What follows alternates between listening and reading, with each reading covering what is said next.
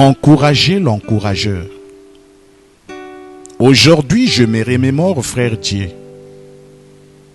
Tout le monde le connaissait dans l'église que nous fréquentions il y a de nombreuses années. C'était un encourageur. S'il apprenait que quelqu'un avait un besoin, il ne se reposait pas tant qu'il ne l'avait pas satisfait ou qu'il n'avait pas trouvé quelqu'un qui pouvait le faire. Il n'était pas pasteur, mais la plupart des gens pensaient qu'il était. Il rendait visite, il conseillait, il priait pour les gens. Personne ne pouvait s'absenter de l'église 2 semaines de suite sans que frère Dieu ne lui rende visite. C'était un frère énergique, toujours souriant et disponible. Il semblait ne pas avoir un seul souci au monde. Aussi occupé qu'il était à aider les gens, je ne l'ai jamais entendu se plaindre de qui que ce soit.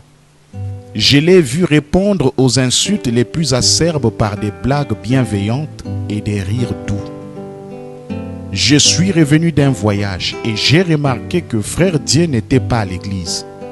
J'ai demandé à certains de ses amis pourquoi il n'était pas présent à l'église et ils n'ont pas pu me donner de réponse précise. L'un a dit qu'il était peut-être parti voir sa famille. Un autre a dit qu'il était peut-être occupé à faire quelque chose d'important. Tout ce que j'ai obtenu, c'était des peut-être et encore des peut-être de la part de ses meilleurs amis. J'ai interrogé certains gens que frère Dieu avait aidés et ils n'ont pas pu me dire quoi que ce soit d'utile. Même ceux qui avaient des positions de responsabilité dans l'église n'ont pas pu me dire quelque chose d'important à propos de l'absence de frère Dieu. Pendant la semaine, je décidai d'aller à la recherche de frère Dieu. Il m'a fallu 2 jours pour trouver sa maison. J'ai été terriblement choqué. Ce frère si gracieux vivait dans les conditions les plus inhospitalières. Un garçon me montra sa chambre, la pièce où il vivait. Frère Dieu était mort 4 semaines plus tôt. Aucun de ses frères n'était au courant, pas même ceux qui l'avaient aidé. Ce frère si gracieux avait traversé des moments difficiles au cours des 18 derniers mois et avait tout perdu.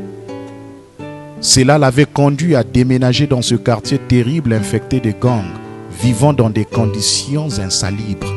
Il était asthmatique, mais ses épreuves et ses conditions de vie semblaient avoir aggravé son état de santé. Frère Dieu était malade et était resté dans sa chambre pendant 1 semaine. Il mourut dans cette pièce.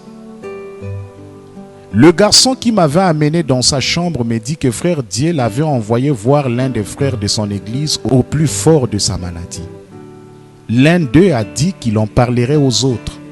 Mon enquête a révélé qu'il en avait parlé à quelques personnes et qu'ils avaient tous convenu de lui rendre visite un de ces jours. Ils ne l'ont jamais fait.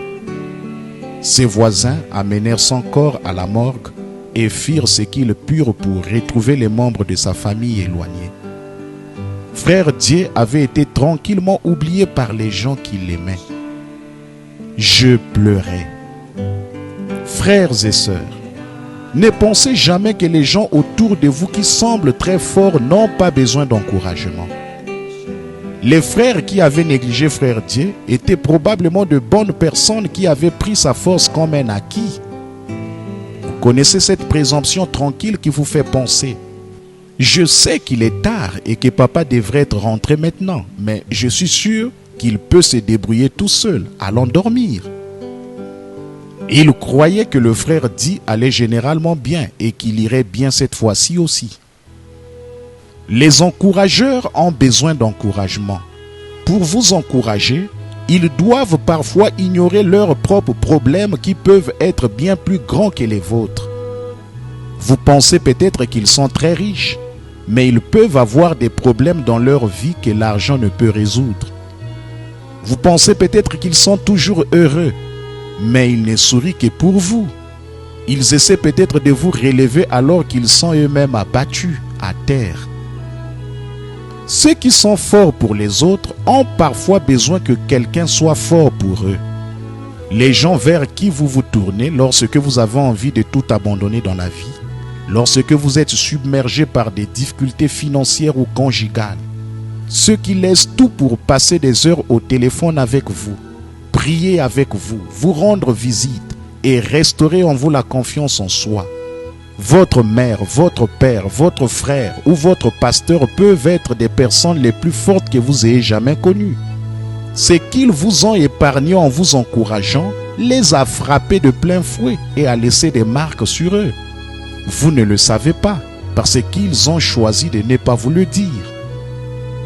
Parfois, les petites erreurs qu'ils commettent sont dues aux pressions qu'ils subissent. Vous les jugez parfois trop sévèrement parce que vous n'avez pas été à leur place. Je vous appelle aujourd'hui à encourager ceux qui vous encouragent. Appelez-les et remerciez-les. Dites-leur à quel point vous les appréciez. Dites-leur que vous ne les avez pas pris pour acquis, puis priez pour eux. Certains d'entre nous sont en vie aujourd'hui grâce à ceux qui ont laissé leurs propres défis pour s'occuper de nos problèmes. N'abandonnez pas votre frère Dieu. Il est probablement en train de combattre un géant en ce moment. Et un mot de votre part peut l'aider à le vaincre. Lui faire savoir que vous vous souciez de lui, peut-être tout ce dont il ou elle a besoin d'entendre. Ne soyez pas offensés s'il semble s'être éloigné de vous. Il cache peut-être ses défis. Ne voulons pas vous accabler avec ses problèmes. Pensez-y, s'il vous plaît. Ne vous contentez pas d'être ému ou enthousiaste. Trouvez votre place de devoir. Encouragez ceux qui vous encouragent.